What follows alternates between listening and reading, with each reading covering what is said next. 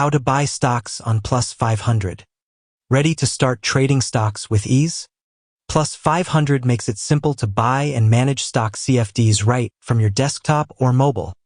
Plus500 is a popular trading platform where you can speculate on stock prices without owning the actual shares. Perfect for short-term investors. Step 1. Visit and log in or sign up for a free account. Complete the verification process to start trading. Step 2. In the search bar, type the name or ticker of the stock you're interested in, like Apple, Tesla, or Amazon. Click it from the list to open its trading page. Step 3. Click Buy, then set the amount you want to trade. You can also add optional features like leverage, stop loss, or take profit to manage your risk. Step 4. Hit Buy again to confirm your position.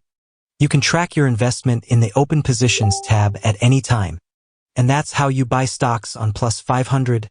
Quick, simple, and beginner-friendly. Thanks for watching.